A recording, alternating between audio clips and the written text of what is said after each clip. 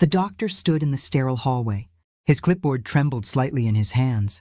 His eyes carried the weight of news no one wants to deliver. "Ma'am, your mother has a rare blood disorder, without a bone marrow transplant. She has maybe 3 months." I felt my legs go weak. The fluorescent lights above me flickered.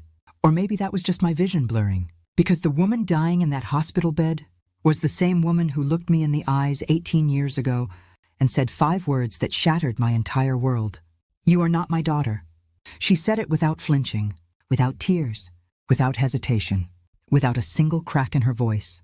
And then she closed the door. I was 16 years old. I was pregnant. I was terrified, and I was completely, utterly alone. And now my 17-year-old son, the baby she wanted me to get rid of, is the only person on earth who can save her life. This is that story. And if you've ever been abandoned by someone who was supposed to love you unconditionally, this one is for you. My name is Rebecca, and for most of my life, I believed I was unlovable. Not because I didn't have people around me, not because I was never told the words, "I love you," but because the one person whose love was supposed to be unconditional gave me conditions I could never meet. My mother, Patricia, was a proud woman, the kind of proud that comes from surviving things that should have broken you. She grew up poor in rural Tennessee. Her daddy worked the coal mines until his lungs gave out. Her mama cleaned houses for rich folks who never learned her name. Patricia swore she'd never live like that. She worked her way through nursing school, put herself through every class, paid for every textbook with money she earned scrubbing floors at night. She was determined, relentless, unbreakable. And then she married my father, a man who promised her the world and gave her nothing but 2 kids and an empty bank account. He left when I was 4 years old. I don't remember his face, just the sound of the front door slamming, and my mother crying in the kitchen. That was the last time I ever saw her cry. After that, something in her hardened. She raised me and my brother Daniel alone, worked double shifts, skipped meals so we could eat, wore the same shoes for years so we could have new ones, and she never let us forget it. "Everything I do is for you," she'd say. "Don't you dare waste it." I understood her. I really did. She wasn't cruel by nature. She was terrified. Terrified that we'd repeat the cycle. Terrified that poverty would swallow us whole. Terrified that all her sacrifices would mean nothing. But fear has a way of becoming something darker when it isn't healed. And my mother's fear turned into control. Strict curfews, checked grades, monitored friendships, every phone call questioned, every outing interrogated. And absolutely no boys, ever. "Boys ruin girls," she'd say. "They take and take until there's nothing left." I think she was talking about my father, but I didn't understand that then. I just felt trapped, suffocated, desperate for someone to see me as more than a project to be managed. I met Marcus during sophomore year. He was quiet, kind, the kind of boy who noticed when you were having a bad day. He sat behind me in chemistry class and always let me borrow his notes. He didn't ask for anything in return. Just smiled and said, "Hope it helps." We started as friends, study partners, 2 kids trying to survive high school. But somewhere between balancing equations and shared lunches, it became something more. He was the first person who asked me how I was feeling. Not how my grades were, not if I was following the rules, just how I was. He listened, really listened. And when you're 16 and starving for warmth, even a gentle hand feels like the sun. I thought I was being careful. I thought I was smart. I thought I understood the risks. I was wrong. When I missed my period for the 2nd time, I told myself it was stress. Finals were coming. My mother had been extra demanding. It was just my body reacting to pressure. When I started getting sick every morning, I blamed the cafeteria food. Bad pizza, old milk, anything but the truth. But deep down, in that quiet place where we hide the things we're not ready to face, I knew. I took the test alone, in a gas station bathroom 3 towns over. I remember the drive there, my hands shaking on the steering wheel, the radio playing some cheerful pop song that felt like mockery. The bathroom was small, dirty. It smelled like bleach and despair. I unwrapped the test with trembling fingers, waited 3 minutes that felt like 3 years. And then I looked. 2 pink lines. My whole future collapsed in that 5x5 stall. I sat on that cold floor and cried until I had nothing left. I hid it for almost 2 months. Every single day was an act. I wore baggy clothes, oversized hoodies, anything to disguise the changes in my body. I made excuses for my nausea. I'm just tired. I think I'm coming down with something. I didn't sleep well.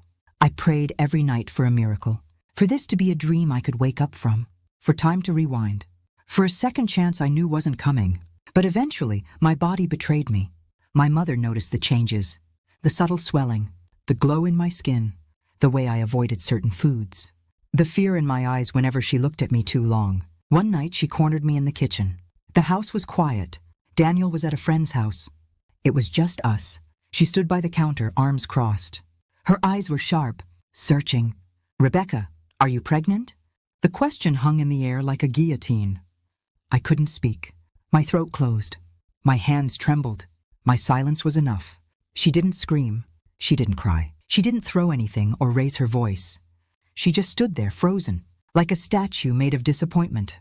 And then, slowly, she nodded, as if confirming something she already knew. "Get rid of it." That's what she said. 3 words. Cold, clinical, final. Not "let's talk about this." Not "what do you want to do?" Not "we'll figure this out together." Just "get rid of it." I shook my head. I couldn't. I wouldn't. Whatever this baby was, it was mine. It was real. It had a heartbeat. It was the only thing that felt like it truly belonged to me. My mother stared at me for what felt like an hour. Her jaw tightened. Her eyes hardened. And then she said the words I'll never forget, words that echo in my mind even now. "Then you're not my daughter anymore." She said it calmly, like she was stating a fact, like she was reading a grocery list, like I meant nothing. She walked upstairs without another word. I heard drawers opening, closet doors slamming. 20 minutes later, she came back down with a suitcase. My suitcase, filled with my clothes. She set it by the front door, and then she went to bed. I was out of the house before sunrise. I didn't even say goodbye. There was no one left to say it to. I won't glamorize what came next. It was hard, brutal even, the kind of hard that makes you question whether you'll survive. I stayed with Marcus's grandmother for a while, Miss Evelyn, a sweet woman with arthritis in her hands and kindness in her heart. She let me sleep in her spare room, fed me soup when I couldn't keep anything else down, rubbed my back when the morning sickness was unbearable. She was kind, but she was old and sick herself. She couldn't take care of me forever, and she knew it. Marcus tried to help. He really did. He was just a kid too, 17 years old, terrified, overwhelmed. He wanted to be there. I believe that, but his parents had other plans.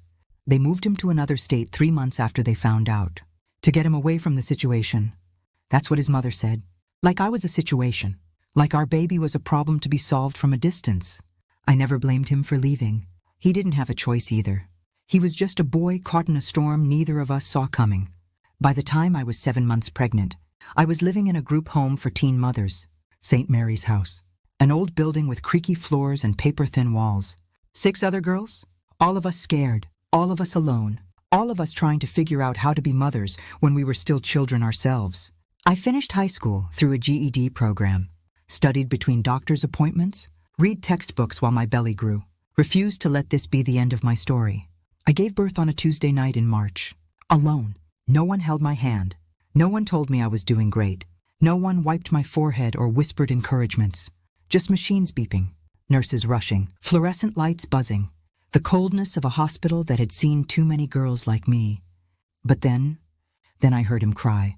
My son, Elijah, 7 pounds, 2 ounces, 10 fingers, 10 toes, a full head of dark hair, and the same deep brown eyes as my mother. The nurses placed him on my chest. He was warm, so warm, and in that moment, everything changed. I looked at his tiny face, his little fingers wrapped around mine, and I made a promise, out loud, so the universe could hear it. I will never abandon you. No matter what you do, no matter who you become, no matter what mistakes you make, I will never let you feel the way I feel right now. You will always know you are loved. The next 18 years were not easy, but they were mine. Every struggle, every triumph, every tear, mine. I worked 2 jobs while Elijah was a baby, days at a diner, nights stocking shelves at a grocery store. I survived on coffee, determination, and the image of my son's sleeping face.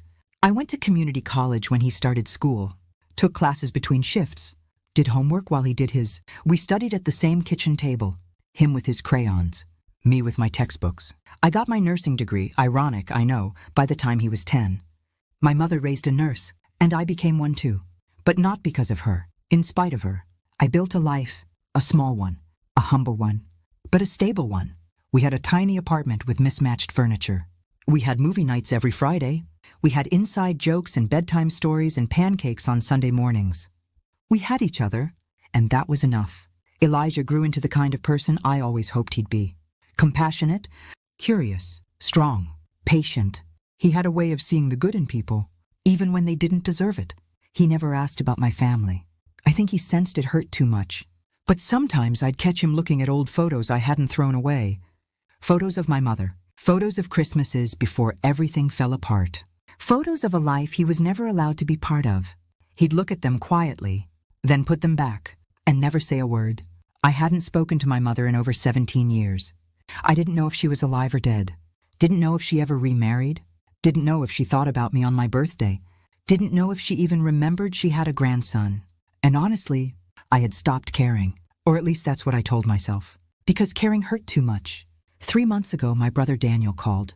His number appeared on my phone like a ghost from another life. We hadn't spoken in years. Not because we hated each other, but because being close to him meant being close to her. And I couldn't do that. His voice was shaky, unfamiliar, older than I remembered. "Becca, it's Mom. She's sick." Really sick. I sat down slowly. My heart pounded. But I felt nothing at first. Just emptiness. Silence. She has aplastic anemia. Her bone marrow is failing. Her body can't produce enough blood cells. She needs a transplant. I didn't respond. The words echoed in my head but didn't land. They tested me. I'm not a match.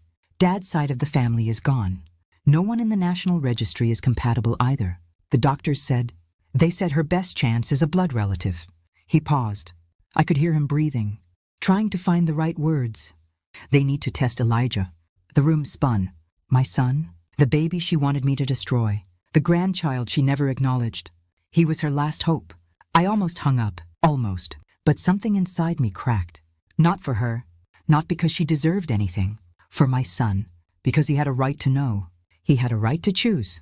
So that night after dinner, I sat him down. I told him everything. About his grandmother. About how she raised me with fear disguised as love. About how she rejected us both. About how she threw me out when I was 16 and pregnant. About how she called him a mistake before he was even born. He listened without interrupting. His face unreadable. I expected him to be angry, to say no, to walk away, to give her exactly what she gave me. Nothing. But Elijah just looked at me with those deep brown eyes, her eyes, and said something that broke me completely. "Mom, if I can save her life, I have to try. Not for her, for you. So you can finally have peace." I stared at him. This boy I raised alone. This child the world told me to give up. He was more forgiving than I could ever be. The hospital smelled like every hospital I've ever worked in. Antiseptic. Recycled air. The faint undertone of worry. But walking through those doors as a visitor, not a nurse, it felt different. Heavier. More personal. Every step felt like walking through water. Elijah walked beside me. Steady. Calm. Brave in a way I've never been. He held my hand like I was the child, and he was the parent. When we reached her room, I stopped. I couldn't move. My feet were rooted to the linoleum. My hands were shaking. My chest was tight. 18 years of silence. 18 years of wondering if she ever regretted what she did. 18 years of asking myself if I was ever enough. All of it pressed against my chest like a weight I couldn't lift.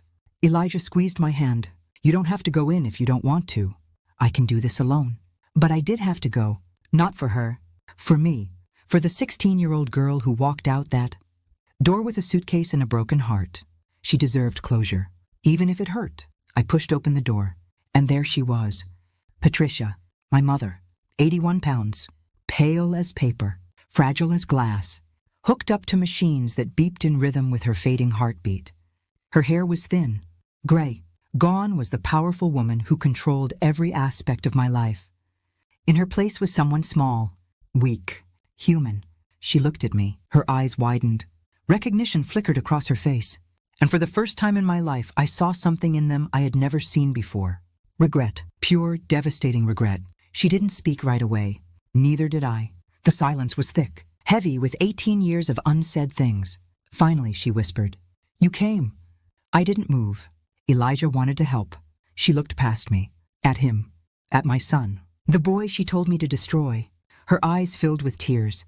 "He looks like you," she said. "He has your strength." And then she broke. Not loudly, but completely. Her whole body trembled as she sobbed. I was wrong, Rebecca. I was so wrong. I thought I was protecting you. I thought I was saving you from a hard life. But all I did was lose you. I didn't comfort her. I couldn't. But I didn't leave either. I just stood there, letting her words land, letting myself feel every single one. The transplant worked. My mother's body accepted the marrow. Slowly, her blood began to regenerate. Slowly, color returned to her cheeks. And slowly, we started talking. Not about forgiveness. Not at first. Just small things. Old memories. My childhood. Her childhood. The mistakes she made. The mistakes I made. It wasn't a movie ending. There was no big hug. No tearful apology that fixed everything. Healing isn't like that. It's slow. It's messy. It's painful. But it's possible. And for the first time in 18 years, I felt it starting. I want you to hear something. If you've ever been rejected by someone who was supposed to love you unconditionally, if you've ever been told you weren't enough, if you've ever been made to feel like a mistake, you are not defined by their words. You are not trapped by their choices. My mother's rejection broke me, but it didn't destroy me. I rebuilt my life. I raised my son, and I became someone I'm proud of. Not because of her, in spite of her. And here's the truth I didn't expect. The boy she wanted me to erase is the reason she's still alive today. Life has a strange way of coming full circle. Sometimes the very thing someone rejects becomes the thing that saves them. Elijah saved my mother, but he saved me too. He reminded me that love isn't about keeping score. It isn't about waiting for apologies that may never come. It's about choosing every single day to be the person you needed when you were broken. That's what I try to be. That's what I'll always try to be.